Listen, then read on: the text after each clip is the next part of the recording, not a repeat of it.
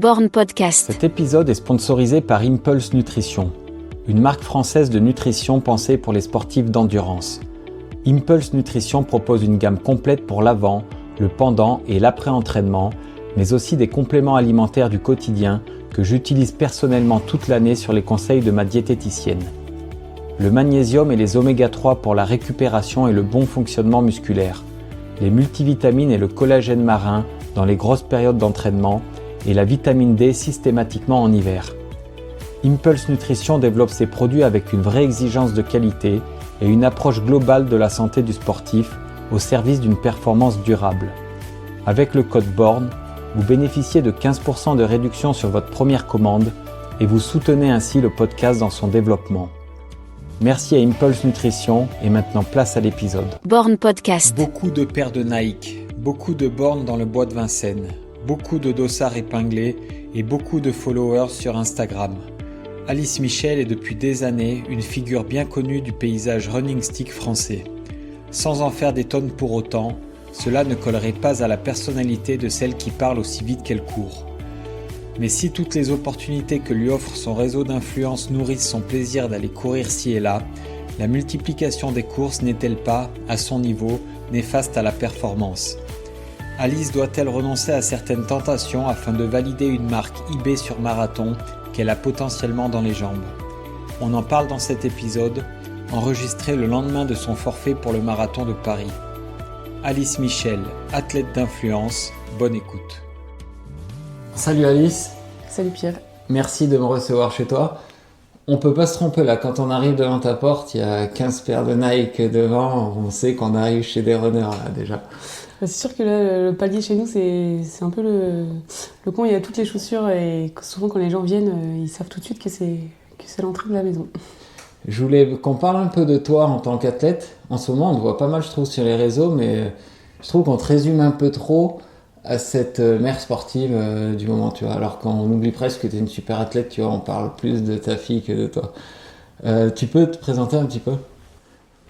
Donc moi, c'est Alice, j'ai 29 ans.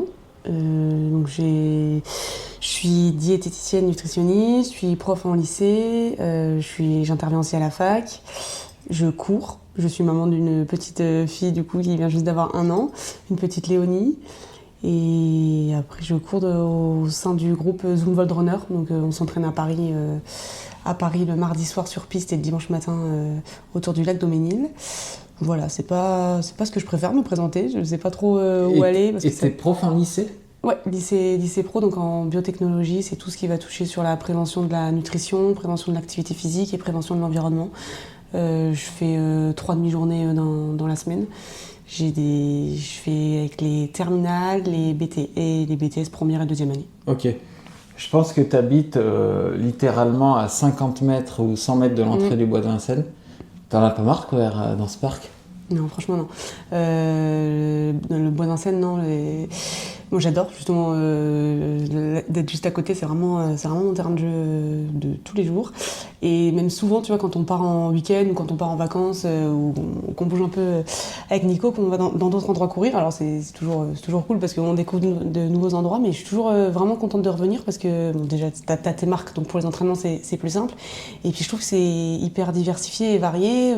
C'est pas un aller-retour. Moi, aller-retour, je trouve ça pénible. Je peux faire des boucles, t'es vraiment dans le bois, tu peux changer les parcours, les varier, les distances, les kilomètres. Je croise souvent beaucoup de potes aussi dedans.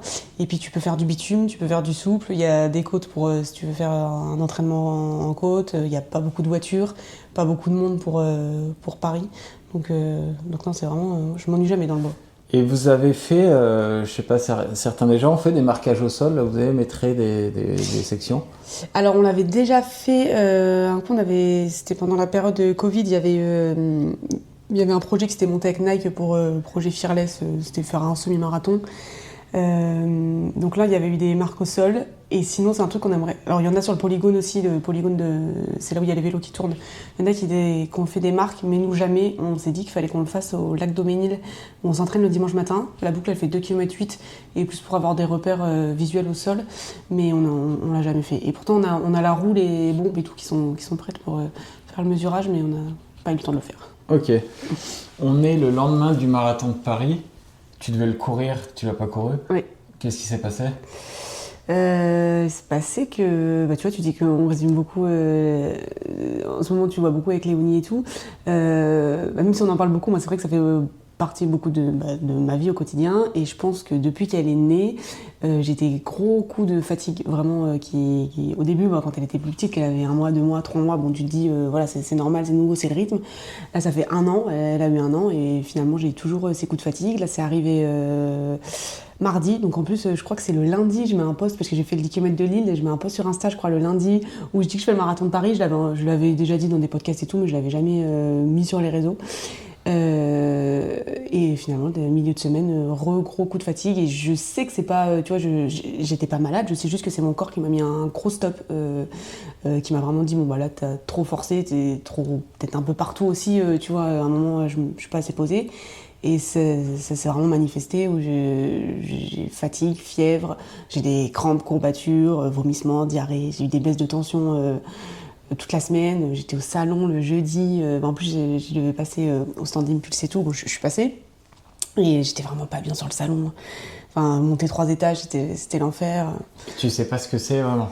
Non, je pense vraiment que c'est mon corps qui me met un moment où, tu vois, avec les entraînements, tous les jours, le quotidien, les trucs organisés, le Zoom, des partenariats à droite à gauche, t'as plein de trucs toute la journée, et ça passe. Puis il y a Léonie, du coup, qui prend beaucoup de place dans la journée aussi, donc tous les trucs que t'as à faire, ça se retarde, ça s'accumule et tout.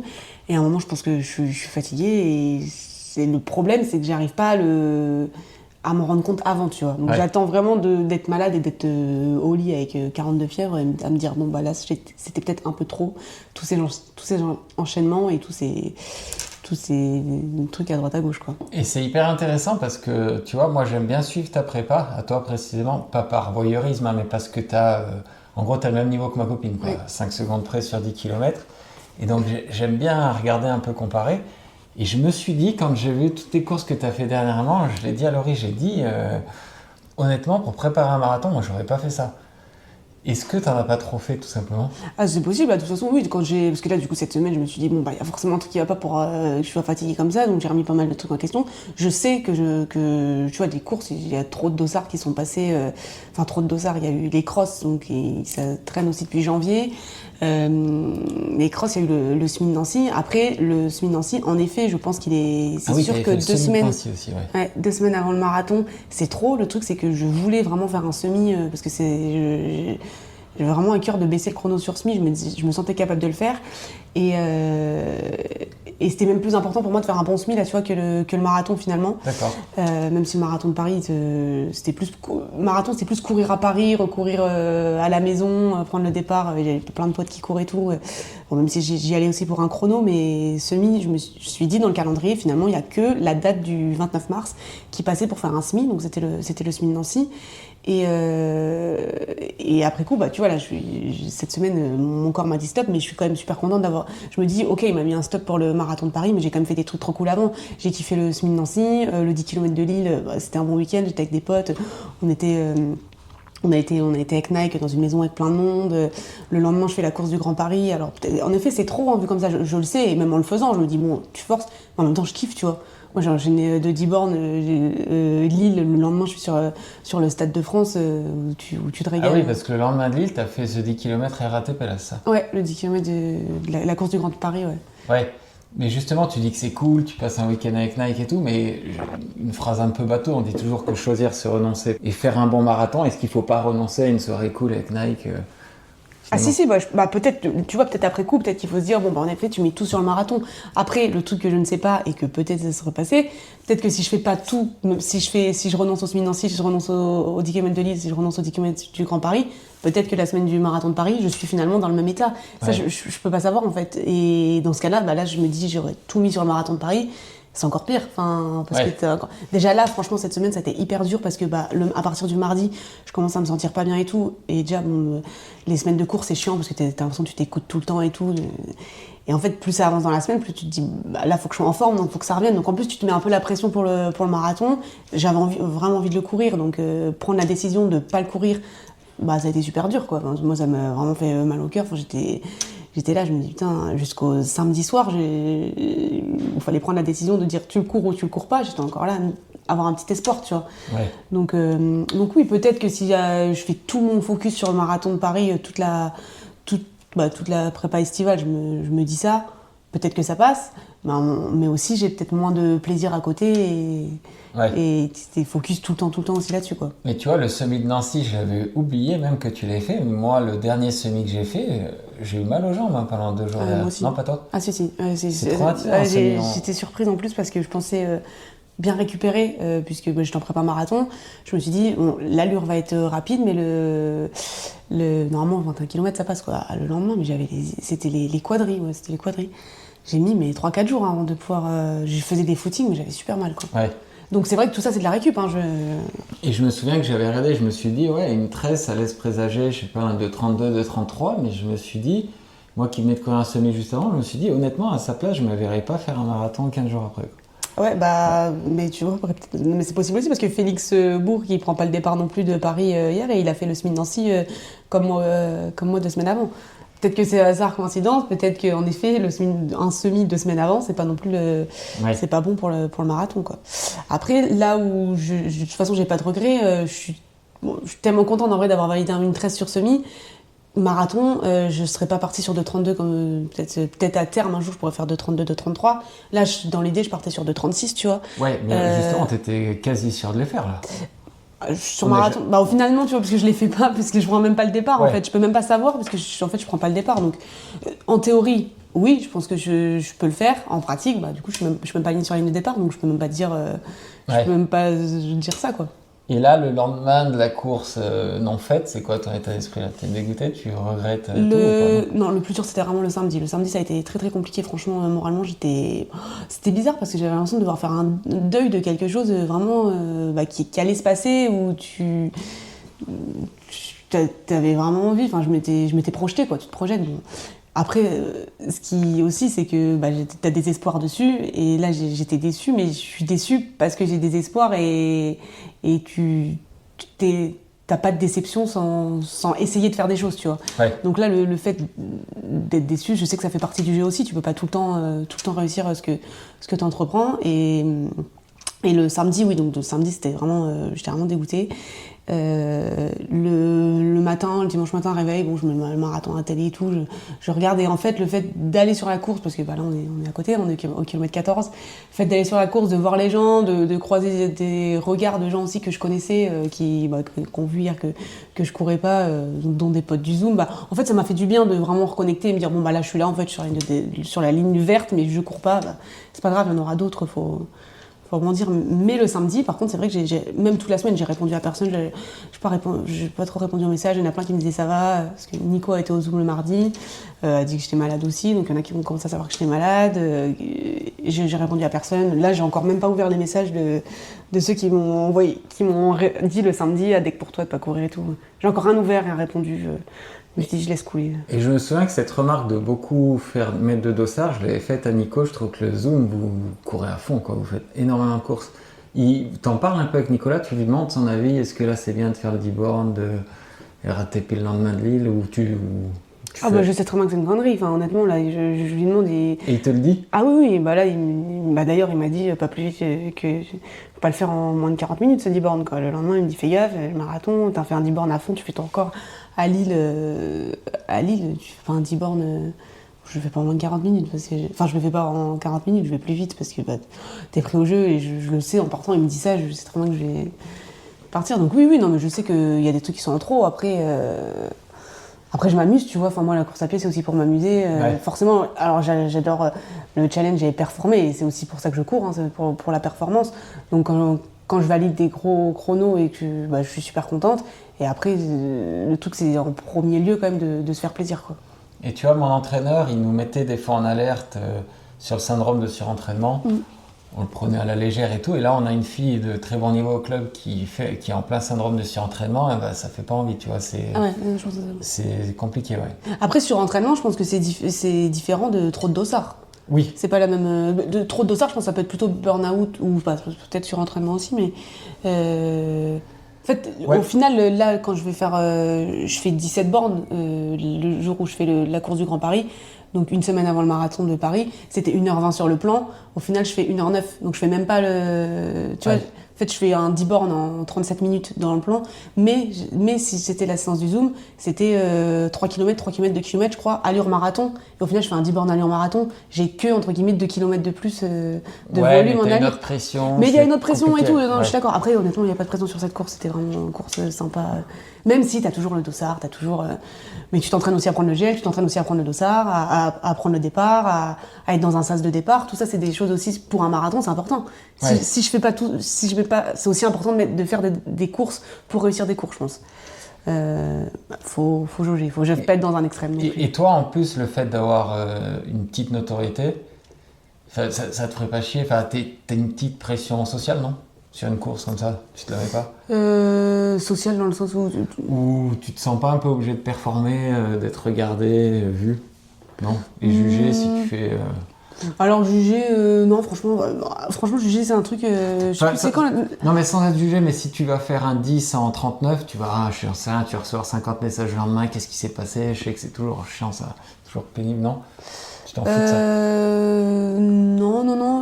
Non, franchement, moi je trouve que si j'arrive à analyser ma course, à savoir, parce que c'est normal de faire des mauvaises courses, de faire... mais même si toi tu fais la course en entraînement, tu sais, t'as des gens qui vont pas comprendre et qui vont dire mais qu'est-ce qui s'est passé? Mais après je demande pas à tout le monde de comprendre, tu vois. Moi si je comprends en fait et si je sais pourquoi ce que j'ai fait et tout, Mais se justifier auprès de 150 personnes, ça peut être pénible. Oui, ça peut, mais non, plus la pression, tu vois, c'est là sur le marathon, un truc qui me faisait chier aussi d'arrêter, c'est que tu as des partenariats qui sont en cours et tout. J'ai des collaborations le jour du marathon pour courir et tout, trucs qui sont prévus. Et là, tu te dis, bon, là, va falloir dire que tu fais pas ça. La veille, je trouve ça un peu moche. Tu peux expliquer comment ça se passe, ça? Je sais rien, tu reçois une paire de chaussures pour le marathon, si tu ne cours pas, qu'est-ce que tu fais? Tu la renvoies? Là, tu vois, par exemple, c'était Coros. Du coup, j'ai la montre Coros tout pour le marathon. Je l'ai reçu la veille, il y a eu quelques trucs dans les envois et tout qui font que je ne suis pas non plus totalement en tort parce que j'ai pas trop pu faire de contenu avant. Là, ce qui se passe, c'est qu'on est lundi, je sais pas trop comment ça va se passer parce qu'il est 11h et j'ai pas encore revu avec Coros, mais du coup, je vais voir. Après, on va trouver une solution, tu vois, et forcément, c'est des gens qui sont dans le milieu du sport et tout aussi. Mais donc tout le monde sait que... ça arrive, ça. Ça arrive, bon là, c'est la veille du marathon, c'est pas... Mais c'est embêtant, mais tu vois, quand je parlais de pression sociale, c'était ça, enfin de pression un peu marketing social, le fait de, quand t'as une petite notoriété comme ça plus au niveau, alors ça c'est, ça d'accord, oui, plus que ce que les gens vont penser sur le bord de la route du chrono que tu fais ou de la place que tu fais. Ça, ce qu'on pense de la place ou du chrono, en vrai, c'est pas grave parce que tu peux pas toujours être à 100%. Par contre, oui, tout ce qui est un peu plus marketing, collaboration, partenariat, là, moi, c'est vrai que ça me met un peu plus une pression dans le sens où tu te dis, bon, bah là, tu vois, par exemple, la course du Grand Paris, je gagne pour Alltrix et tout, je me dis, c'est quand même cool, tu vois, parce que t'as le t-shirt, t'es là, tu représentes la marque, tu te dis, bon, bah, tu fais un peu le job de ce qu'ils attendent un peu quand même de toi, quoi. Là, sur le marathon, tu le fais pas, quoi. Donc, c'est vrai que c'est cool de faire des bonnes courses aussi pour valider un peu les partenariats que t'as en cours et de dire que tu représentes un peu comme eux, ils attendent de toi, quoi. Souvent en marathon, dès qu'on ne peut pas faire son objectif, en général, les gens qui essaient de capitaliser sur leur forme et essaient d'en trouver un dans les quelques semaines après. T'y as réfléchi? Ouais, je pense que... Bon, là, il faut encore que je vois parce qu'on est lundi et je suis encore pas au mieux. J'avais fait un footing tout à l'heure, c'est pas encore la folie. Mais dans l'idée, je me suis dit pourquoi pas regarder. Il y a les France de marathon dans 3 semaines. 3 semaines après le marathon de Paris. Bon, ça fait encore un peu pousser. Là, j'ai fait une semaine où j'ai pas fait du tout de kilomètres. Du coup, cette semaine... Et ça m'arrive rarement. Bon, est-ce que ça me fait faire un reset ou est-ce qu'au contraire, le corps a encore besoin de repos derrière? Je sais pas. Donc, je vais voir. Après, la fin des engagements, c'est ce dimanche, le 19, là, je crois. Donc, il faudrait que je me décide cette semaine. Mais oui, je me suis dit pourquoi pas les France de marathon. Parce que là, ça fait vraiment longtemps que j'ai pas pris le départ d'un marathon. Il n'y a pas un partenaire qui peut te faire courir à Londres? J'ai essayé, c'est New Balance et je crois que c'est un peu... Compliqué, là, j'imagine. Ah, ça aurait été beau, là, de rebondir à Londres. Ouais, à Londres, ça aurait été bien, ouais. À la base, j'aurais bien aimé faire le marathon de Londres, mais c'était galère d'avoir un dossard. Parce que t'as pas été championne de France, toi, de marathon en jeune? Ouais, dans le moment de 23 ans, quoi, chez les Espoirs. Et qu'est-ce qui t'avait pris de faire un marathon à cet âge-là? Et en fait, le premier, c'était un peu le hasard. J'avais fait Paris l'année mes 20 ans. T'avais fait combien? Et j'avais fait 3h30, 0-0. Et là, à ce moment-là, il y avait des minima pour faire les marathons, le championnat de France, que maintenant il n'y a plus, je crois, il n'y a plus de minima.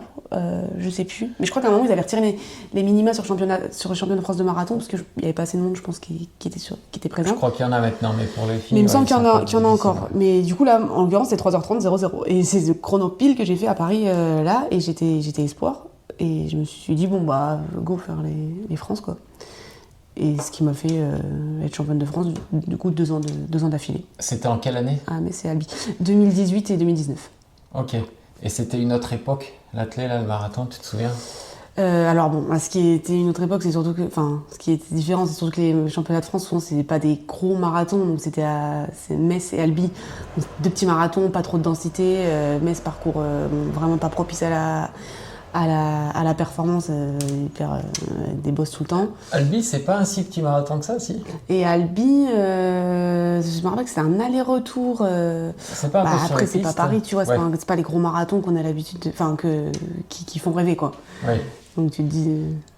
Et tu te souviens de la nutrition et tout, les chaussures? Je fais une hypoglycémie à Albi. J'ai grelotté et tout, chair de poule, j'ai pris des compotes et tout pendant le marathon parce que je sentais que c'était en hypoglycémie. J'ai fait n'importe quoi, nutrition. Et les chaussures, et ben, je me rappelle que pour Metz, j'étais déjà avec Nike et c'était la première fois, ils m'ont donné une paire, c'était les Vaporfly 1 ou 2, les roses fluo, là, je sais pas si tu te rappelles. Okay. Et je me rappelle que je suis allée les chercher au magasin, j'étais trop contente parce que j'avais couru le marathon de Metz avec celle-là, quoi. D'accord. Et tu avais senti un effet impressionnant? Ouais, la première fois que j'ai mis les carbones, la différence, elle est importante. Bah, je le sens toujours en vrai maintenant. Hein. Enfin, j'ai pas encore aujourd'hui quand tu passes souvent. Et je trouve que c'est bien que ça le fasse justement cet effet avant les courses. Ouais. Moi, je fais vraiment mon échauffement en lourde toujours. Des lignes droites, j'essaie d'en faire un peu en lourde. Et après, je passe exprès en carbone et je refais des lignes droites pour vraiment sentir la différence. Ouais. Et me dire, bon là, Moi, je suis d'accord avec ça. Et je peux pas m'empêcher de penser à plein de formations. On voit des études où tu as un mec qui essaie de te prouver que les chaussures carbone, ça n'a pas d'effet sur la performance. Mais alors, quand tu passes de l'une à l'autre, tu te rends compte, c'est impressionnant, je trouve. Ah ouais, même encore aujourd'hui. Ah ouais, bah il n'y a même plus besoin de prouver. Enfin, je sais pas qui essaie de prouver ça, mais. Ouais, t'en as. Les chronos aussi qui poussent tout le temps, qui font que monter à tous les niveaux. Je pense que ça montre aussi que les chaussures, la technologie, la récupération, la nutrition, enfin, il y a plein de trucs qui font que. Ouais. Mais les chaussures en font partie intégrante, quoi. Comme je disais, tu as un niveau similaire à ma copine, et comme elle, tu as battu tes records après ton accouchement. Comment tu l'expliques ça? Moi, je suis convaincue que la grossesse m'a fait progresser, en fait. Je pense dans plein d'aspects. Alors après, c'est facile à dire puisque maintenant j'ai fait mes chronos et tout, donc je me conforte en plus en me disant ça. Peut-être pas, mais il y a l'exemple aussi avec Laurie, ta copine, donc, qui a battu, donc je pense que c'est lié. Je sais pas elle, mais moi j'ai couru toute ma grossesse quasiment. J'ai fait du sport toute ma grossesse à la fin, même quand j'ai pu courir les 5 dernières semaines. Je faisais du vélo d'appart 2 fois par jour et tout parce que j'en avais besoin en fait, j'ai quand même besoin d'une dépense énergétique. Je pense que du coup de courir enceinte, en fait tu te muscles encore plus en profondeur les jambes et tout parce que t'es plus lourde. Ouais. Au niveau même tout ce qui est nerveux et tout, je pense que t'as un peu d'autres connexions, le centre de gravité qui change dans la tête aussi, t'as encore plus envie de repartir après, je pense, de revenir au niveau auquel t'étais, donc t'es encore plus motivé. J'avais regardé aussi quelques trucs sur le système sanguin aussi, comme quand t'es enceinte, le système sanguin, le volume sanguin augmente vraiment beaucoup pour nourrir aussi le bébé. Mais je crois que les adaptations là, tu les gardes encore un peu après l'accouchement, où t'as encore un peu plus de volume sanguin, donc qui fait que ça c'est au niveau physiologique, forcément ça booste. Le rythme cardiaque aussi, je sais que quand tu es enceinte, il augmente. Du coup, tu t'entraînes avec un rythme cardiaque toujours un peu plus haut, même si tu mets pas trop d'intensité à l'entraînement. Et après, quand tu reviens après la grossesse, le rythme cardiaque peut aussi être un peu plus bas qu'avant. Enfin, plein de trucs comme ça, en fait, même au niveau physiologique, que moi, je pense qu'ils peuvent s'expliquer par une augmentation de performance. Mais je pense en continuant à pratiquer l'activité physique pendant la grossesse, quoi.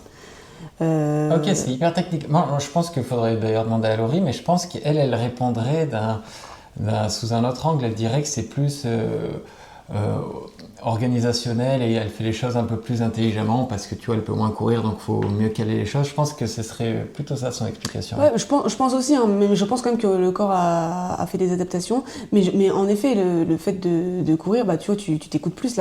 Là, pendant la prépa marathon, par exemple, pour Paris, que j'ai pas fait, les jeudis, il y en a un paquet des jeudis, normalement, on fait plus des tempos, des séances avec un peu de seuil et tout. Il y en a un paquet que j'ai sauté, où j'ai vraiment réduit l'allure. J'ai pas fait d'allure marathon parce que j'étais plus fatiguée. Donc j'adapte beaucoup plus de ce que j'aurais jamais fait avant. Avant, le plan, si Nico il mettait 2 fois 25 minutes à S42, je te faisais 2 fois 25 minutes à S42. Là, s'il mettait 2 fois 25 minutes à cette allure et que je chantais pas de le faire, si j'étais à 4 au kill, j'étais à 4 au kill, c'était pas grave. Ouais. Donc ça, j'ai plus changé aussi là-dessus au niveau de l'entraînement où je lève un peu le pied s'il y a besoin. Mais ouais, je pense en effet que plein de petites choses mises bout à bout, et si t'as envie, quoi. Enfin, je pense que Laurie, elle avait trop envie aussi de revenir et de... Ouais, il y a l'envie, ouais. T'as envie de te dire, bon, bah, j'ai eu un enfant, mais je suis toujours pas que maman, je suis encore sportive et athlète, et j'ai envie de revenir dans les sas et aller courir et me battre avec les filles comme avant, quoi. Comment, donc tu travailles à côté, comment tu te places, toi, au niveau de l'athlète? T'es quoi? Tu te considères comme semi-pro, un peu influenceuse, un peu... T'es quoi? Tu te définis comment? C'est ça qui est marrant, c'est quand début, quand tu me dis de te décrire, de définir, je sais pas, de me présenter. En fait, c'est ça que moi, j'ai du mal, en fait, dans les présentations, ou à dire un peu quitter et tout, parce que je trouve que ça t'enferme dans des cases, parce que forcément, t'as besoin de te définir, mais en fait... je pense que t'es plusieurs personnes à des moments donnés de la journée ou de ce que tu fais. Bah forcément, là, en plus, ça dépend des courses desquelles tu vas prendre. Tu vois, là, quand t'es marathon de Paris, là, je suis sacélite avec des Olympiennes, mais je suis quand même en sacélite. Donc là, je suis pas pro, pas du tout pro pour autant. Hein. Mais bon, je suis sub-élite, on peut dire, enfin, je sais pas. Mais moi, ma question était beaucoup plus terre à terre. Si tu vis un peu de l'athlé, on peut dire que t'es semi-pro, si tu vis complètement de l'athlé, si tu gagnes de l'argent. Non, je ne gagne pas de l'argent avec l'athlé. Dans ce cas-là, c'est plus des partenariats qui vont me faire gagner de l'argent. Après, est-ce que les partenariats viennent parce qu'il y a des chronos aussi derrière qui suivent, ou est-ce que c'est parce que t'es un peu suivi sur les réseaux, ou est-ce que c'est un peu un tout, tu vois, je sais pas, j'essaie pas trop de... Enfin, pas de savoir, mais comment je me définis, tu vois, je sais pas, en fait, je saurais pas te dire. Et ça te plaît, ces partenariats, où des fois tu te dis ouais, c'est sympa, j'ai des montres, des chaussures, mais des fois j'aimerais bien courir pour moi et tout. Des fois, tu vois, il y en a, je vais dire oui, après coup, je me dis pourquoi j'ai dit oui, tu vois, ça me prend du temps. Et quand je te dis tout à l'heure que je suis fatiguée, en fait, il y a des trucs, après ça te prend du temps et que t'as pas forcément envie de mettre le temps là-dedans, et tu te dis bon, pourquoi j'ai dit oui, ça me fait de la charge, en fait, j'ai pas envie tout à l'heure, j'ai pas envie tout de suite d'être là-dedans, quoi. Après, la majorité des partenariats, si je dis oui, c'est quand même que je suis super contente, et c'est une chance de fou, en vrai. Enfin, tu te dis, à la base, t'es personne, quoi. Et t'as des marques qui te démarchent et qui te disent bon, est-ce que tu veux tester une nouvelle montre? Est-ce que tu veux tester les nouvelles chaussures? Enfin, c'est trop bien, quoi. Ouais, ok. Au niveau de la nutrition sportive, t'en penses quoi, là? Est-ce que c'est un des facteurs principaux, selon toi, de l'amélioration des performances? Tout ce qu'on connaît aujourd'hui. Je pense que oui, parce qu'en effet, il y a maintenant les études et tout, je pense que tout le monde est convaincu, comme tu dis, les chaussures carbone de tout à l'heure, il y en a qui sont encore pas convaincus. La nutrition, là au niveau de la nutrition, au niveau scientifique, c'est pareil, ça montre quand même qu'il faut, là, si ce soit à l'effort ou avant, après les entraînements, que ça a un axe de progression énorme, de récupération, d'optimisation des performances, éviter les blessures, pouvoir enchaîner les entraînements et donc oui, bien sûr que c'est un axe de progression et qui fait que aussi les chronos sont meilleurs aujourd'hui chez beaucoup de monde, quoi. Et ça, je sais que moi, j'ai plein de questions là-dessus, les gens adorent ça, et moi aussi d'ailleurs. Tu peux expliquer ce que tu as changé? Donc tu parlais de ton premier marathon en 2018, tu n'étais pas diète à l'époque, si tu n'étais pas. Et aujourd'hui, justement, la nutrition à l'effort, pendant l'entraînement, qu'est-ce que tu fais aujourd'hui que tu ne faisais pas avant? Honnêtement, il y a plein de trucs, parce qu'avant, je pense même quand tu commences la course à pied, je sais pas si je commençais en 2018, mais au niveau performance et tout, en tout cas, à m'intéresser un peu plus. C'est pas la première chose à laquelle tu tu vas dessus, tu t'entraînes déjà, tu cours et après tu vois. Donc, tu vois, mon premier marathon, enfin, pas mon premier marathon, mais à Albi, quand je te dis que je suis en hypo, bah forcément, c'est qu'il y a un problème nutritionnel derrière. Aujourd'hui, il y a beaucoup plus de choses que je vais mettre en place. Typiquement, après les entraînements de piste, après les sorties longues, où c'est 2 entraînements qui sont épuisants, éprouvants pour le corps, tout de suite après, je vais mettre des protéines en place en poudre en rentrant chez moi. Sur les entraînements, maintenant, je mets même beaucoup plus qu'avant des boissons d'effort ou des gels. J'hésite plus. Systématiquement, tu le fais? J'hésite plus trop à prendre encore plus là, où j'étais en prépa marathon, où c'est des entraînements, des fois, on va avoir entre 9 et 12 km d'intensité sur la piste. Je me pose plus de questions, en fait. Ouais. Ça sert à rien de te dire, est-ce qu'il vaut mieux que je puisse... En fait, tu puisses plus d'énergie, tu crées plus de fatigue à rien mettre sur l'entraînement, plutôt qu'à te dire que dans ta boisson, tu vas mettre un peu de boisson d'effort, quoi. Et comment faut faire en pratique? Tu le prends si tu sens que tu en as besoin, ou tu te dis toujours un gel, je le prends au milieu de la séance? J'essaie plutôt de me dire à quel moment je vais la prendre dans la séance, parce que quand t'attends que tu te sens pas bien, en fait, souvent c'est déjà trop tard. C'est souvent que ton corps il puise déjà trop que ce qu'il devrait. Le but, c'est quand même si forcément il y a plein d'autres mécanismes qui se mettent en place, c'est quand même qu'au niveau de la première répétition, si t'en as 15, qu'à la 8-9e, t'es quand même pas des sensations qui sont à peu près similaires à la première, que tu sois pas toujours en train de creuser, parce que sinon tu finis à la 15e les mains sur les genoux, et si toutes les séances tu finis mains sur les genoux, parce que t'es oxy, tu manges pas, tu récupères pas, tu vas droit à la blessure, et peut-être aussi ça peut jouer dans le surentraînement ou des choses comme ça derrière si tu récupères pas, quoi. Toi qui fais des consultations diète, c'est quoi la principale erreur que tu vois chez les gens? L'absence de petit déjeuner, peut-être. Ah ouais. Moi, c'est pas de le cas, petit déjeuner, qui, je pense, est un facteur qui engendre beaucoup de entre guillemets problèmes derrière, ou qui appelle beaucoup de conséquences. Parce que, pardon, mais si tu prends, si tu manges 3000 calories par jour sur 2 repas, c'est pas pareil que manger 3000 calories par jour sur 3? Pour moi, il vaut mieux répartir sur 3 repas, parce que, en fait, après, pareil, ça va dépendre à quel moment sont tes entraînements et tout, mais si tu vas t'entraîner le matin, que t'as pas pris de petit déjeuner, du coup, ça veut dire que t'es à jeun sur ton entraînement, plus faut récupérer aussi de ta nuit, où la nuit, t'as aussi ton corps continue à fonctionner, ton métabolisme de base fonctionne. Du coup, si tu récupères après que sur 2 repas, déjà au niveau digestif, tu vas avoir, si tu as tes 3000 calories, en gros, tu as 1500 à digérer d'un coup, donc tu fatigues aussi ton système digestif, qui a plus de choses à digérer que si tu mets 1000, 3 fois 1000. Et puis le petit déjeuner permet aussi d'être plus concentré, d'être plus alerte, moins fatigué, avoir moins tes petites somnolences.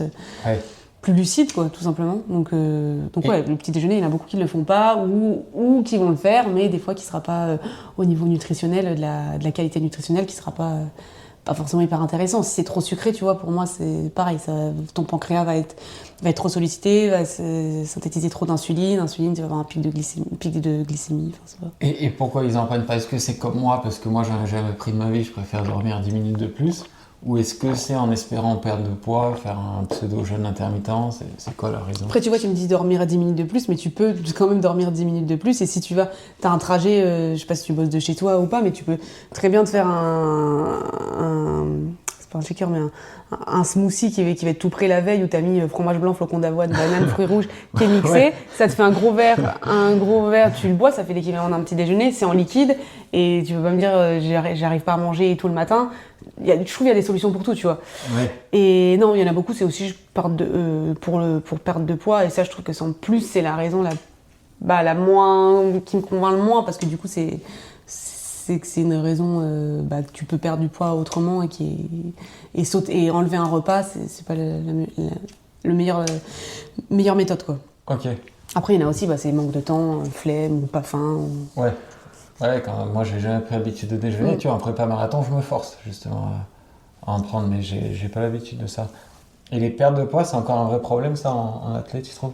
Ouais, vrai problème. Vrai problème. Le poids fait peur, en fait, et du coup c'est pas vraiment la perte de poids qui est le vrai problème. Le vrai problème, c'est que du coup la conséquence, c'est qu'on va avoir peur de certains aliments, et typiquement les glucides, tu vois, chez beaucoup de sportifs, les glucides, en fait, ça fait peur, alors que c'est quand même notre carburant principal. Et dire qu'il va falloir mettre plus de pâtes, plus de riz, en fait, tout de suite tu vois, des fois tu dis mais du coup le poids Et tu te dis, bon, bah là, tu es dans un sport d'endurance, tu es en train de préparer un marathon, tu es sur tes 3 semaines de charge, tes 3 semaines de charge, il faut monter les glucides, quoi. En fait, perdre du poids, tu perds du poids, tu t'affûtes en prépa marathon, c'est normal, tu vas arriver à ton poids de forme. Mais souvent, du coup, les gens vont prendre, enfin, les sportifs vont prendre leur poids de forme en poids normal, tu vois. Donc, tout le temps, ils vont dire, ils vont avoir 3 kilos en trop ou autre, mais en fait, ton poids de forme n'est pas ton poids de base, quoi. Oui. Tu vois ce que je veux dire? Oui, donc, sûr. bref, bon, ça, c'est un autre problème que la perte de poids j'ai un peu dévié là, mais oui, du coup, le poids fait peur, donc les aliments font peur et il y a beaucoup de troubles. Mais le meilleur exemple pour ça, après lui c'est un autre niveau, donc c'est à prendre avec des pincettes, mais c'est Jimmy Gressier. Jimmy Gressier, des fois je crois qu'un été il est pris 6 ou 8 kilos, et là il montrait dans un podcast récemment, il a décrit ses assiettes avant d'être champion de France de 10 000 mètres, où il cherchait un rapport poids-puissance optimal et il mangeait quasiment rien le soir, quoi. Ouais, mais je trouve que Jimmy, tu vois, Il est assez sain, je trouve, son ouais, rapport. bah voilà, exactement ce que j'allais dire. Et je trouve qu'en plus, c'est bien qu'il communique, sa communication dessus, elle est saine, parce qu'en plus, il en parle, mais tu sens c'est simple, même quand il en parle, je trouve, de son alimentation. Et en effet, il n'y aura aucun problème. Là, quand il a fait, il est allé faire le 5 km à Lille, le record d'Europe. Après, il va te manger un burger ou un Welch, enfin, je sais plus ce qu'il mangeait, mais il le met, tu vois, complètement décomplexé, et que c'est normal aussi de se faire plaisir, et que c'est pas pour autant qu'il revient pas derrière en forme, et qu'il est champion du monde, et derrière, il revient quand même, il prend du poids, il arrive à revenir après à son poids de forme, enfin, il arrive à gérer ses phases, quoi. Et ça, je trouve que c'est bien d'en parler, de le mettre en avant, surtout que lui, c'est un bel exemple, quoi. Ouais. Mais après, quand on cherche un peu de perf, le rapport poids-puissance est quand même important en course à pied, quoi. Enfin, quand t'as 3 kilos de trop, tu le sens, quoi, tu t'avances. Ah oui, complètement. Non, mais après, oui. Bien sûr, c'est sûr que le poids, il est important, mais tout dépend de l'approche, je trouve, de quel moment de la prépa t'es, ou si c'est quelque chose au quotidien, si t'es vraiment dans la recherche de la performance, comme Jimmy, comme des athlètes qui vont être élites, bien sûr que dans ce cas-là, tu vas vouloir tout calibrer. Après, moi, tous les profils que je suis en nutrition sont pas comme ça. Il y en a beaucoup, ça va plus être une charge plutôt au quotidien de vouloir perdre, et que ça va rentrer dans des frustrations, de la culpabilité, des troubles du comportement alimentaire. Du coup, tu sautes le petit déjeuner le matin parce que tu veux perdre du poids, mais ça te répercute sur des grignotages de 17-18 heures. Du coup, ça peut se transformer un peu en petite boulimie où tu vas manger tout ce qui te passe sous la main. Ça recrée de la culpabilité. Du coup, tu manges pas le repas du soir que tu avais prévu initialement, qui devait être plus sain. Enfin, voilà. Donc, c'est plus sur le poids là, moi, que je parle, que le poids optimisé chez les élites, qui là, c'est un rapport plus sain. Enfin, pas chez tout le monde non plus, mais c'est différent en fait. Je pense que l'approche mentale, psychologique, elle est vraiment hyper importante de pourquoi tu veux perdre du poids, et si c'est pas, tu te perds pas dans un truc où derrière t'acceptes aussi que les 3 kilos que tu perds, t'acceptes qu'un jour ils seront là aussi en plus, parce que tu pourras pas toujours être dans le contrôle. Ouais. Tu vois. Et là, je parle à l'athlète et pas à la diète. Toi, personnellement, à l'approche d'une course importante, comment tu fais? T'essaies de calculer un peu quand même de manger ou pas du tout? Non, franchement, non, pas du tout. Je pense que j'ai un rapport vraiment sain avec la nourriture, avec le poids. Moi, je me pèse jamais, tu vois. Je suis jamais en train de calculer combien je mange et tout. Là, il y a des pains au chocolat, des pains en raisin devant nous. T'as pas de problème avec ça? À en manger ou non? Non, j'ai pas de problème, non. J'en ai mangé d'ailleurs. Ouais. Je crois que je suis la seule de nous deux qu'on a mangé d'ailleurs. Ouais, j'en ai pas mangé, c'est midi. Ouais. Du coup, non, après je sais en fait que ça se fait un peu, entre guillemets, pas tout seul, mais que début de prépa marathon, à la fin de la prépa, en fait tu vas t'affûter parce que tu vas avoir plus de masse musculaire, tu vas aussi plus manger parce que tu vas faire plus de sorties longues, plus de volume, donc il faut accepter aussi de plus manger. Et moi j'écoute ma faim, et si dans mon assiette j'en prends trop, que j'ai plus faim, j'arrête de manger en fait. Si j'ai encore faim, je me resserre et j'essaie d'écouter mes sensations le plus possible, quoi. Ok, moi j'avais pris l'habitude de peser, tu vois, mes féculents. Et c'est un truc que j'ai gardé parce qu'en fait c'est hyper pratique, parce que tu gaspilles moins, je trouve. Je sais à peu près ce qu'il me faut. Mais du coup, en fait, c'est pas si pour tu pèses manger pas, moins. Après, si tu pèses pas, est-ce que ça te perturbe ou pas? Ah non, ça me perturbe pas, non. Okay. Parce que du coup, il y en a, ça va plus être ça, tu vois, que si tu commences à faire peser les aliments si je commence à faire peser à mes patients des aliments, que je leur dis il faut tant, enfin, il faudrait que tu aies tant sur tel repas, et après, ils vont vouloir toujours être dans le contrôle de cette quantité, et quand ça va être en extérieur, ou quand ils vont pas avoir vraiment pesé la quantité qu'on voulait, ils vont avoir l'impression de plus être dans le contrôle et puis de maîtriser. Et tu vois, et pour l'anecdote, une fois sur un marathon, on y était allé en groupe, et j'avais sorti une balance pour peser le riz, Et un de mes potes se foutait de ma gueule parce qu'il pensait que j'allais rien manger. Et en fait, quand il a vu tout ce que je mettais dans le truc, il m'a dit « Mais attends, tu manges tout ça ?» Je dis « Bah oui, justement, c'est pour ça que je pèse, pour en mettre beaucoup en fait. » Et tu vois, lui, il associait la balance à le fait de manger des graines, quoi. À manger du coup, ouais. Ouais. Non, mais c'est vrai que la balance, oui, ça peut être aussi pour juste te dire, bon, bah, j'ai tant de glucides dans l'assiette. Et c'est bien aussi de savoir combien t'as. Hein. Mais pas, pour moi, tout le temps, c'est trop, quoi. Tout le temps contrôler et t'écoutes même plus trop vraiment tes sensations, finalement. Toi, une semaine de course, c'est un peu... C'est quoi c'est classique, tu fais pas de régime dissocié? Non, là, je fais pas. En plus, là, en vrai, avec Léonie et tout, là, c'est vrai que j'ai l'allaitement qui me prend aussi de l'énergie en plus. Je me dis, si je commence à faire régime dissocié là-dessus, non. L'allaitement, on sait combien ça coûte de calories? Ils disent que c'est à peu près 500 calories par jour en plus, quoi. Ok. Ce qui est quand même... ce qui est beaucoup, quoi. Et est-ce que le fait, si tu t'entraînes beaucoup, je vais peut-être dire n'importe quoi, hein, mais le fait, je sais pas, d'être lactique, qu'il y ait des débris dans le sang et tout, est-ce que ça joue sur l'allaitement? Est-ce qu'il peut être de moins bonne qualité?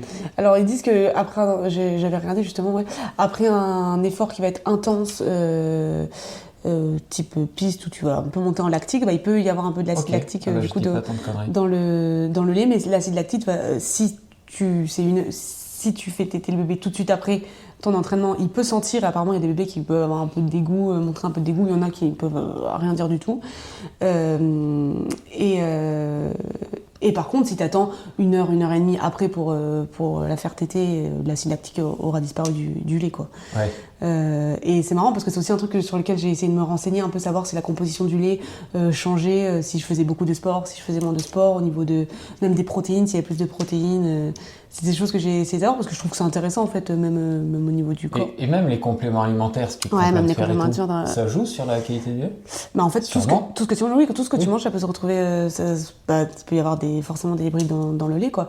Après, je me dis, est-ce que je préfère que. Tu vois, je prends des compléments alimentaires en fer. C'est pas mauvais pour le bébé pour autant. Oui, moi je prends des compléments en fer, oméga 3, un truc comme ça. Bon, finalement, quand tu regardes dans les laits maternisés, il y a tout ça, quoi. Ouais. Après, c'est sûr que tout ce qui est caféine, alcool et tout, je vais pas lui faire passer dans le lait non plus, quoi. Ok. Donc caféine, ah oui, c'est vrai que c'est des questions que je me pose pas. Ouais. Et tu vois, j'ai le caf par exemple, je prends pas parce que. Tu fais exprès? Parce que comme avec l'allaitement, je me dis je prends pas de caféine et je me dis que quand je vais arrêter l'allaitement, je repasserai sur des gels caféinés du coup. Ok. Il faut que je m'entraîne parce que les dernières fois j'en ai pris que j'étais pas enceinte. J'ai eu des problèmes de transit suite à la caféine. Faudrait que je m'entraîne à les prendre, mais dans l'idée oui. Quand j'aurai arrêté d'allaiter, j'essaierai de repasser là-dessus, quoi. Ah ouais, ok, j'avais jamais. Ouais, les gens qui boivent beaucoup de café, effectivement. L'alcool aussi, hein. Oui. Oui, l'alcool, ouais. Le tabac, etc. Quelle est ta distance préférée, toi, en athlète? Moi, j'aime bien le semi, ouais. Ouais. Ouais, le semi. Préféré, honnêtement, je ferais pas que du semi non plus tout le temps. Le 10 km, puis, ça dépend aussi des courses, en final, des scénarios de course et tout, qui se passent. 10 km. Marathon, c'est exigeant. Un marathon, c'est vraiment exigeant. Après, c'est vrai que la ligne d'arrivée, elle est quand même plus chargée en émotions. Mais semi, t'es rapide, mais en même temps, t'es un peu dans un confort, entre guillemets, pas une intensité 10 ou 10, j'ai vraiment l'impression que t'es dans une machine à laver, quoi. Ouais. Et là, semi de Nancy, j'en avais jamais entendu parler avant cette année. Il est bien? Alors, il est bien au niveau de quoi? Du parcours non, tu vois, non, le parcours. Il y a eu des gros chronos, là, cette année. Ouais. Alors moi, j'ai eu... Ouais, tu trouves qu'il y a eu des gros chronos? J'ai l'impression, avec peu de personnes que je connais. Moi, j'ai vraiment de la chance, je pense, parce que j'ai eu un groupe pendant 20 km. Donc, sur un semi, avoir un groupe pendant 20 km, c'est... Et c'était pas le cas parce que on prend un moment les rives et tu doubles du monde. Et on avait 20 faces sur les rives et nous, tout groupe, on doublait, quoi. Mais les gens, ils étaient esselés, quoi. Ils étaient vraiment un peu seuls. Donc, je pense que la densité est pas incroyable. Le parcours, t'es beaucoup sur des pistes cyclables parce que les routes sont pas fermées. Mais ça m'empêche pas de faire une 13, tu vois, donc je peux pas dire que le parcours est pas bien. Et tu peux quand même faire un bon chrono. Et tu fais une 13 bas, je crois. Très bas, non? Ouais, une 13-11, ouais. Ok. Ouais. Donc un petit 12, c'est possible? Là, honnêtement, je pensais même pas faire une 13 bas, mais là, je me suis dit, pourquoi pas, quoi. Après, je pense que j'ai La météo était... Parce qu'il faisait froid le matin, même alors qu'on était 29 mars. Du coup, le météo à Nancy, c'est vrai que c'est souvent propice à la perf. Il y a quand même une bonne ambiance sur le parcours. Et le parcours, je te dis qu'il est pas propice, mais bon, quand même, pendant 6 km et demi, c'est faux plat montant quand même. Bon, Okay. tu sens bien démonter quand même. Et après, t'es au point le plus haut, donc en fait, tu redescends jusqu'à l'arrivée, quoi. Ouais. Donc t'as quand même un faux plat descendant au moment où vers le 7e, des fois t'as un peu besoin d'un second souffle et tout. Là tu redescends bien, donc tu peux un peu récupérer. Et ça fait vraiment du bien pendant dans le semi, quoi. Et après t'es sur les rives à partir du 14e. Et là c'est tout plat, quoi. Okay. Donc il y a quand même des gros points positifs à ce semi. Et je sais plus c'était quoi la question de base. S'il était bien, non, c'est ça, ouais. Ouais, et du coup, une 12 un jour, bah écoute, j'espère maintenant. De toute façon, ce sera la prochaine fois que je fais un semi, je pense que ce sera pour partir sur ça. Hein. C'est quoi là, tes objectifs chronométriques là, sur les prochains mois? Bah, marathon, du coup, j'aurais bien aimé abaisser déjà mon record sur marathon, un peu, parce qu'à Paris, je voulais pas être trop gourmande non plus, je me suis déjà cassé les dents plusieurs fois dessus. À terme, je me dis qu'avec ce que j'ai fait sur semi, je peux faire un marathon de 32, de 33, c'est pas... Ce que tu disais tout à l'heure, tu vois, je pense que c'est pas déconnant. Après, il faut la prépa qui suit et tout aussi. Et 10 km, pareil, honnêtement, je suis sur un gros 33-50. À 10 km, ça m'intrigue. Tu penses pouvoir faire combien? Bah là, tu vois, à Lille, j'espérais partir sur... je m'étais dit, je vais partir sur 33-20. Bon, c'est pas passé du tout. 3,20 kg, je pense, ouais. C'est pas passé du tout. Je fais 5 bornes et après, j'explose. T'exploses pas tant que ça, aussi? Si. Ouais, je passe 16-38 et après je perds plus de 30 secondes. Ouais. Je passe 16-38 et 17-14, je crois, le deuxième, un truc comme ça. Et ressenti vraiment dur fin de course. Donc je peux après, ça va être de baisser un peu le chrono sur 10. Mais là, vraiment, cette saison, je suis vraiment super contente. J'espérais faire marathon. Donc là, je sais même pas trop ce que je peux te dire, espérer, quoi. Et le fait dont on parlait là, des opportunités que tu as avec les partenaires, est-ce que c'est problématique dans le sens où tu sais un peu au dernier moment où tu vas aller, ou tu peux quand même planifier tes courses? Non, je peux quand même planifier. Non, souvent, justement, ils me demandent c'est quoi ta planif de l'année, avec les gros temps forts ou les grandes courses que j'ai prévu de faire. Et ils vont me dire on peut aller sur la course là ou s'aligner sur la course là. Ouais. Donc non, après tu vois, des fois je vais avoir des opportunités qui vont arriver. Là, j'ai l'opportunité pour aller faire, c'est le marathon, mais du coup je vais faire le semi en Grèce à Rhodes. Du coup ils m'ont contacté pour le faire. C'est vrai que c'est pas prévu de base de le faire, mais bon c'est hyper cool, c'est une trop belle opportunité, donc je vais y aller, quoi. Ouais. Et est-ce que après du coup tu vas me dire est-ce que ça crée de la fatigue et tout, peut-être, hein, mais au final je vais kiffer, tu vois. Et fin d'année, c'est quoi là? T'as prévu de faire Valence ou pas du tout? Alors là, déjà ce week-end, il y a les championnats de France d'Equitaine.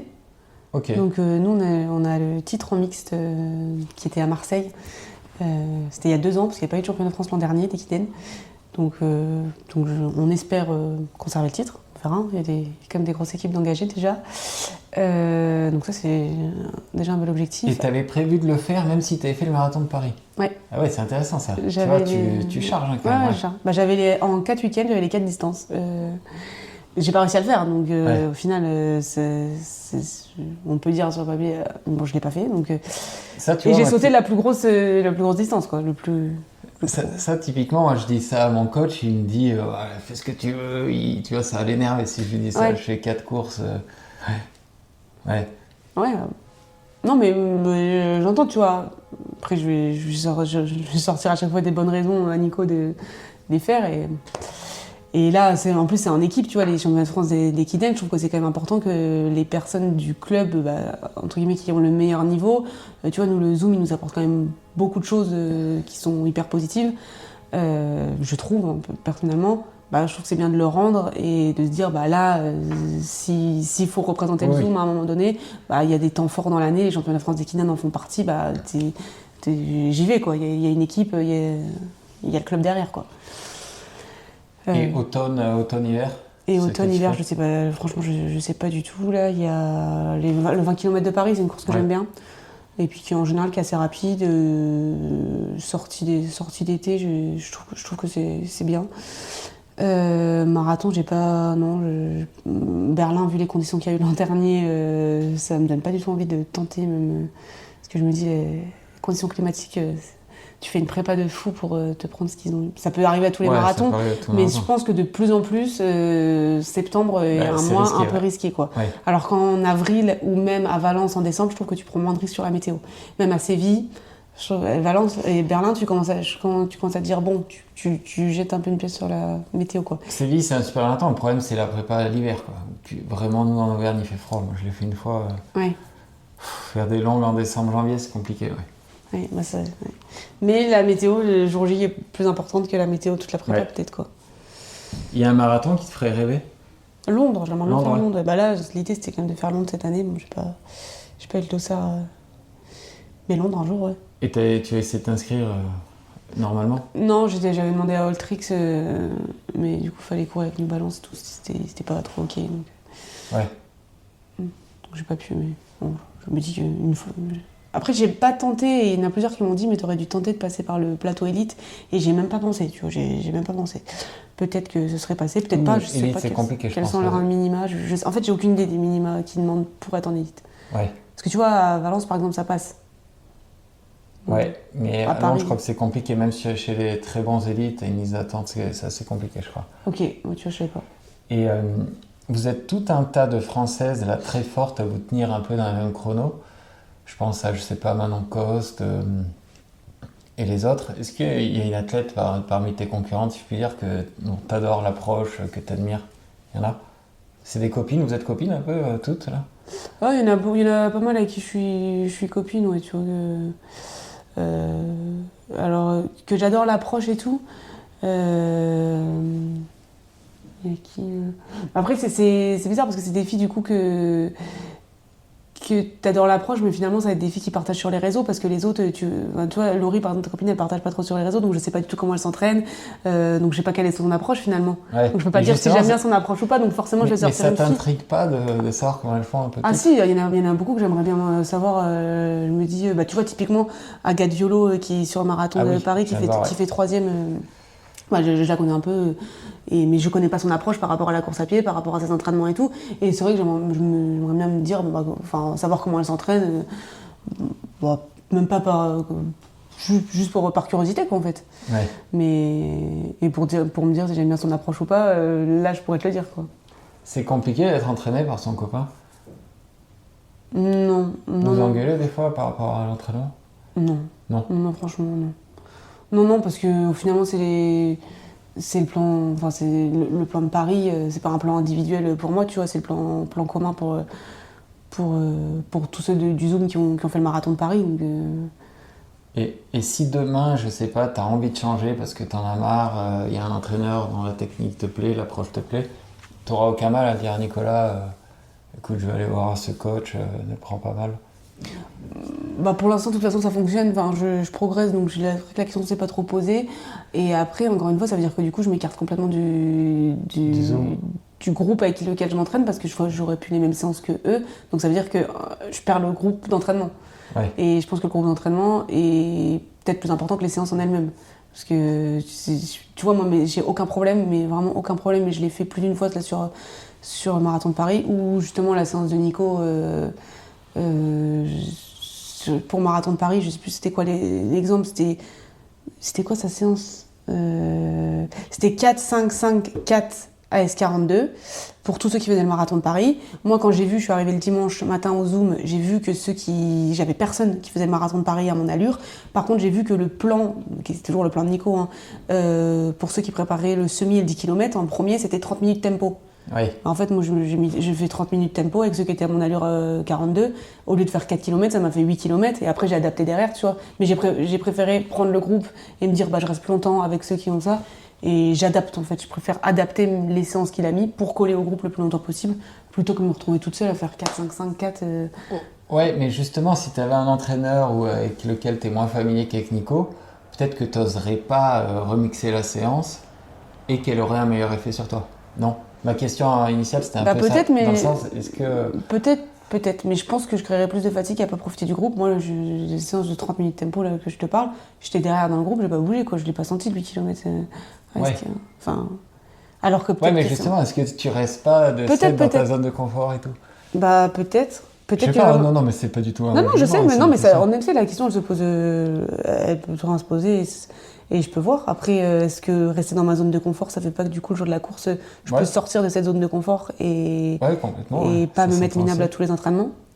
Parce que je me mets pas, tu vois, j'essaie de pas trop me mettre minable à tous les entraînements et de toute façon, pour l'instant, comme ça fonctionne, tu vois, j'ai pas trop envie d'aller voir si ailleurs, Ouais. je peux aller faire le Oui, 11 ailleurs, tu vois. Oui, complètement, ouais.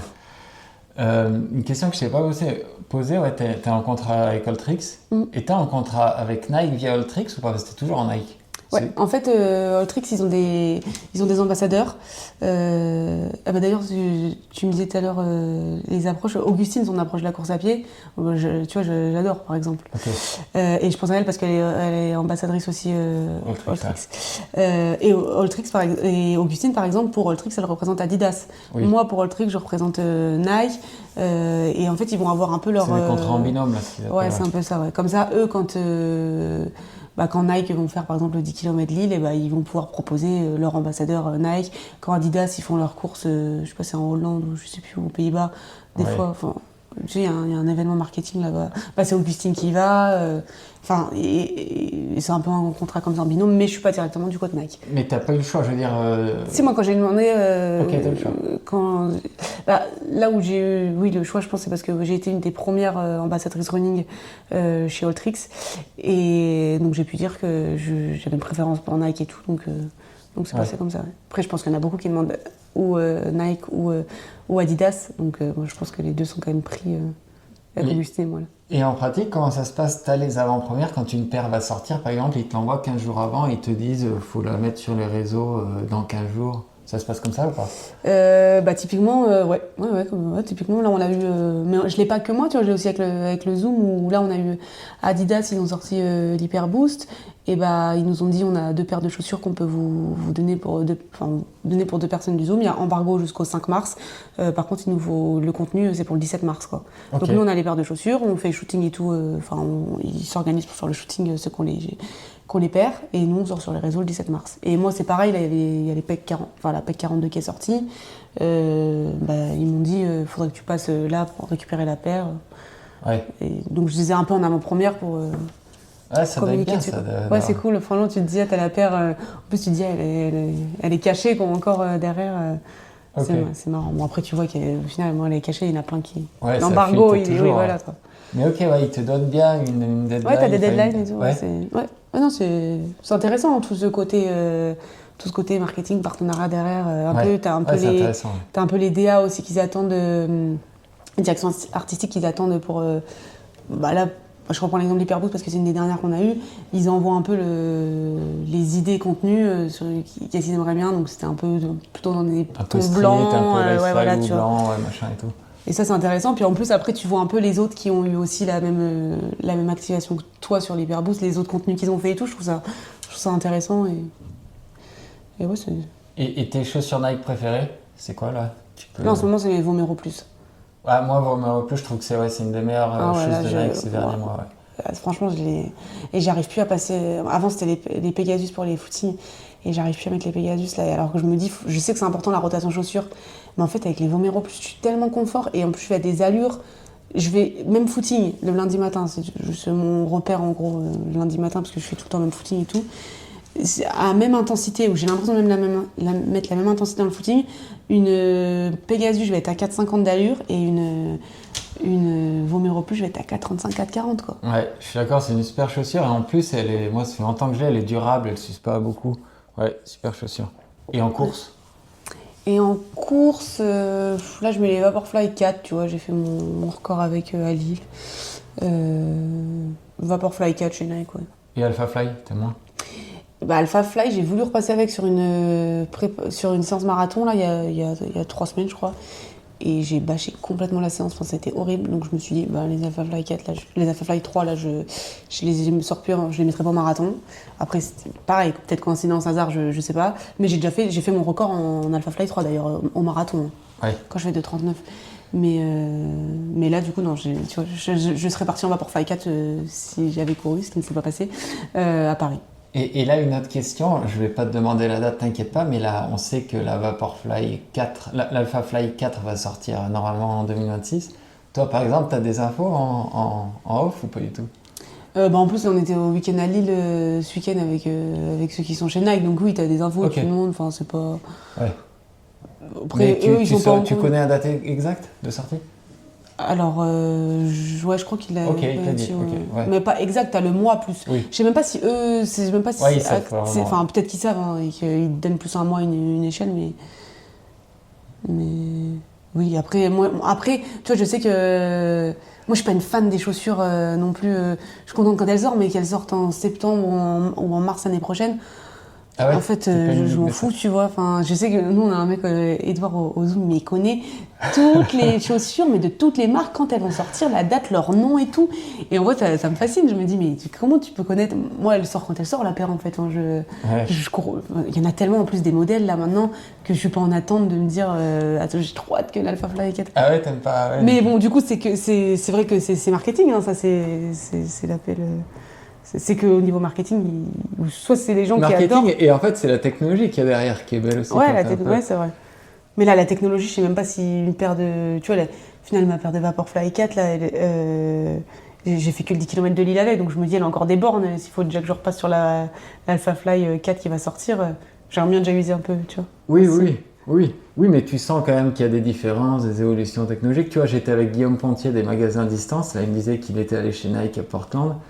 Il me disait que quand il a vu le bâtiment, un building de recherche et développement juste pour les chaussures Nike, il m'a dit c'est un travail de fou. Tu vois, moi je comprends qu'on soit passionné par tout ça. Ouais, bah après, plus la technologie, plus la recherche, le développement de la chaussure, le travail derrière, oui. Après, la date de sortie, tu Oui, vois. oui. En effet, aller dans les locaux à Portland, de voir comment ils étudient tout ça, de se dire, ah là, il y a plus de gains, l'oxygénation est meilleure quand temps de rebond. Enfin, je sais qu'il y a plein d'études qui sont menées là-dessus. Ça, je trouve ça super intéressant. Après, dire quel coloris va sortir ou la date, franchement... Ah ouais, bah moi tu vois, typiquement je fais le marathon de Valence en fin d'année, je me dis est-ce que l'Alpha sera sortie, la 4, est-ce que je vais courir en X, tu vois, je suis déjà en train de réfléchir à ça. Alors que, ok. Ouais, tu vois, il y a des états d'esprit. Quelle est selon toi la distance la plus dure en athlée?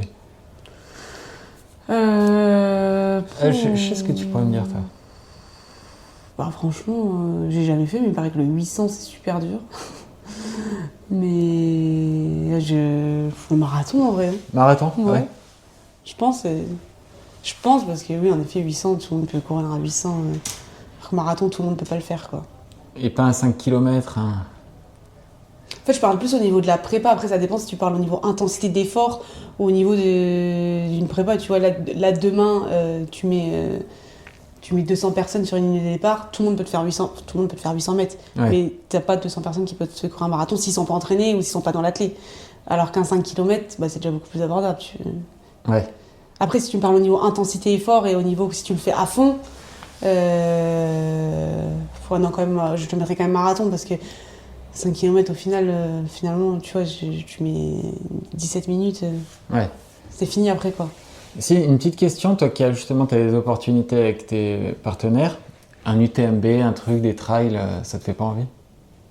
Pas du tout, mais c'est plus mon égo, hein, mais parce que je suis archi nulle en descente. Ouais. Mais en fait, monter, je monte, je pense que ça va, je monte bien.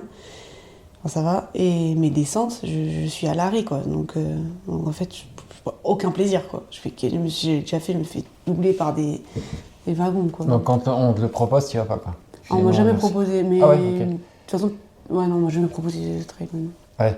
Si, une dernière question, pardon.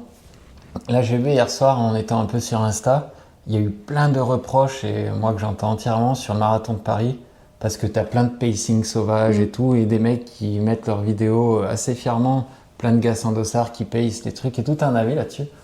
Ouais, moi je suis un peu protocolaire, tu vois, Ouais. j'aime bien, il y a une ligne de départ, une ligne d'arrivée, t'as ton dossard. Ceux qui ont leur dossard courent, ceux qui n'ont pas leur dossard pacing sauvage, honnêtement, je suis pas fan. Après, j'ai arrêté de me prendre la tête en fait avec ça parce que bon, tu peux pas, c'est impossible de contrôler tout le monde et nous aussi, je sais qu'au Zoom, il y en a beaucoup qui vont le faire aussi, des pacing sans dossard sauvages et tout.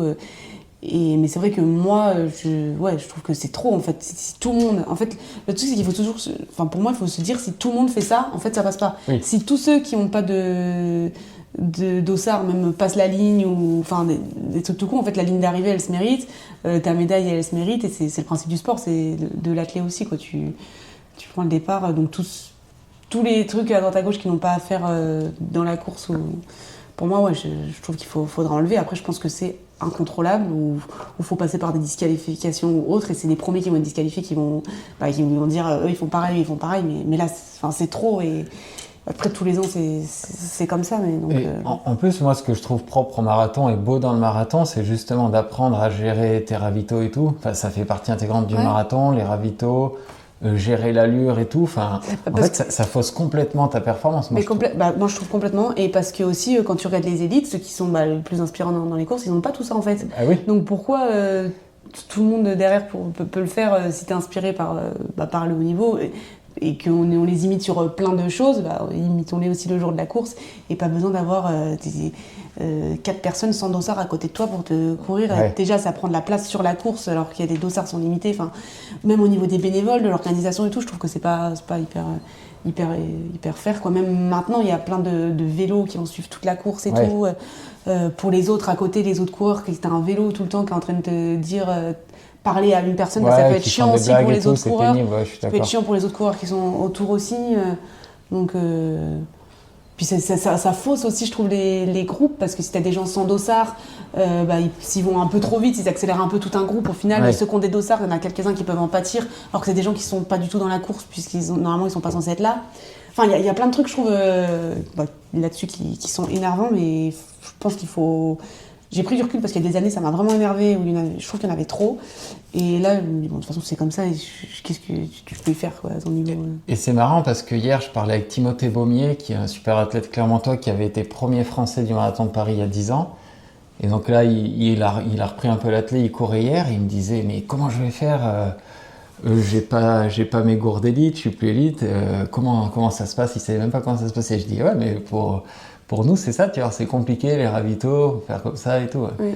Par contre, je trouve que là où maintenant, un truc par contre qui je trouve pour moi a évolué quand même dans le bon sens, c'est que là ils ont retiré tous les ravitaux à partir de 2h50. Donc avant ça m'énervait ceux à qui on donnait des ravitaux à droite à gauche quand c'était pas dans la course, parce qu'au final on n'avait pas le droit. Maintenant, le fait qu'on puisse, ça a été retiré donc pour les autres, que tout le monde ait un peu son ravito et tout, au final je trouve que c'est une solution dans l'évolution, dans la perspective écologique et tout, qui finalement est mieux, tu vois. Et ça reste quand même une aide extérieure, mais pour avoir fait du coup le podcast avec RMC là, où le directeur du marathon de Paris avait parlé, au final il avait dit que c'était toléré et tout. Ah, il l'a dit ouvertement qu'il n'avait pas écouté. Je crois que quand on en avait parlé, il avait dit que ce serait que les personnes allaient avoir des amis autour qui allaient changer et tout. Finalement, c'est peut-être la méthode la plus optimale si on veut aussi privilégier l'écologie, ce qui est vrai aussi qu'avoir un nombre de bouteilles à chaque ravito. Ouais. Mais après, leur système, il est bien là qu'ils ont fait pour les moins de 2h50. Je trouve ça bien, mais donc il y a quand même des personnes qui sont lésées du coup. Ouais, mais et là aussi, si t'as des mecs, si t'as des pacers sauvages qui arrivent, qui prennent un ravito, une gourde pour se ravitailler eux-mêmes, ils prennent le ravito de quelqu'un derrière. Complètement, surtout que là, ce que j'ai compris, c'est que cette année, apparemment, ça n'a pas vraiment été arrêté pile à 4 au kill où ils ont tout enlevé. Si j'ai compris, peut-être je dis n'importe quoi. Apparemment, ils avaient un nombre limité, et quand il n'y en a plus, c'était fini, ça. Quoi. Ouais.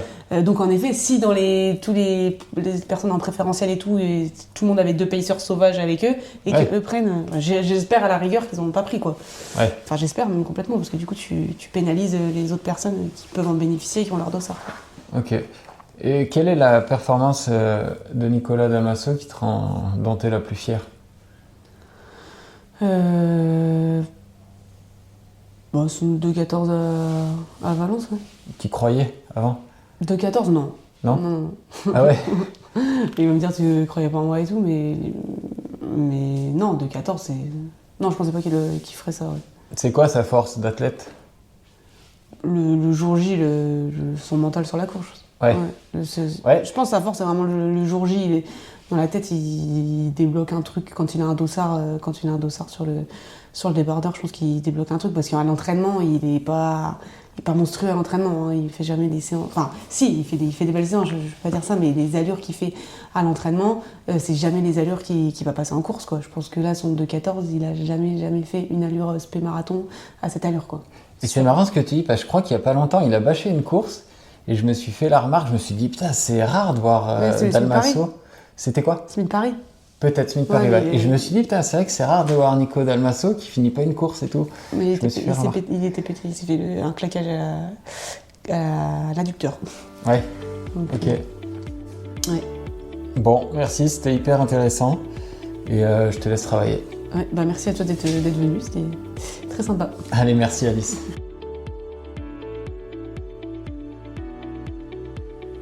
Merci d'avoir écouté cet épisode jusqu'à la fin. Merci à Impulse Nutrition de soutenir le podcast. Pensez à utiliser le code BORN pour bénéficier de 15% lors de votre première commande. Et n'oubliez pas de vous abonner à la chaîne pour ne manquer aucun épisode. À bientôt sur Born Podcast.